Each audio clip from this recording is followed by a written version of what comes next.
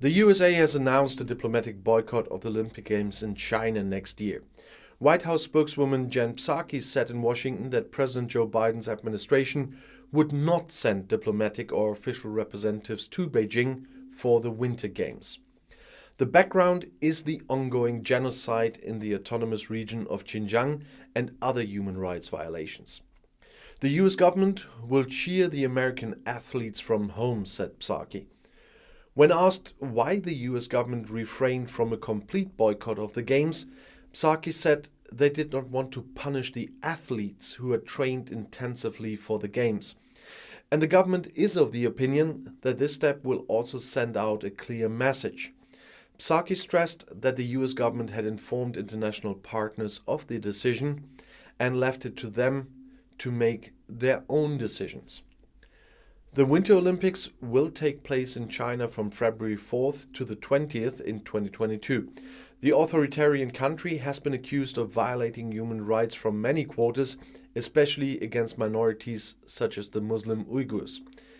Human rights groups cite the autonomous region of Xinjiang, Tibet, and Hong Kong as examples of Chinese reprisals, which is why there are repeated calls for boycotts of the Winter Games there. There is great political tension between the USA and China because of the human rights situation, but also because of various other controversial issues. In an initial reaction, the IOC described the presence of government officials as a purely political decision, which the IOC fully respects in its political neutrality. At the same time, the US announcement made it clear that the Olympic Games and the participation of athletes are beyond politics, and we welcome this, said an IOC spokesman. China had threatened the US with strong countermeasures if the US were to implement the boycott. If the US insists on deliberately sticking to its course, China will take decisive countermeasures, said Foreign Ministry spokesman Zhao Lijian. A diplomatic boycott of the US had been under discussions for weeks. The case of the Chinese tennis player Peng Shuai also contributed to this. At the beginning of November, she suddenly disappeared from the scene. Shortly before, the 35-year-old professional player had accused a high-ranking ex-politician in China of having sexually coerced her.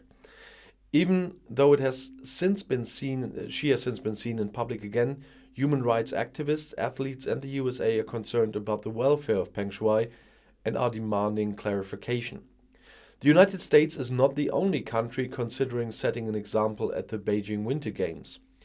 According to a report by The Times, the British government of Prime Minister Boris Johnson has also been advising since the end of November whether the ambassador in China should only go sent to the Games, but no British ministers. The boycott call is supported by Foreign Minister Liz Truss. According to the report, 5 conservative politicians had written to Johnson asking him to refrain from any diplomatic representation of Great Britain at the Winter Games.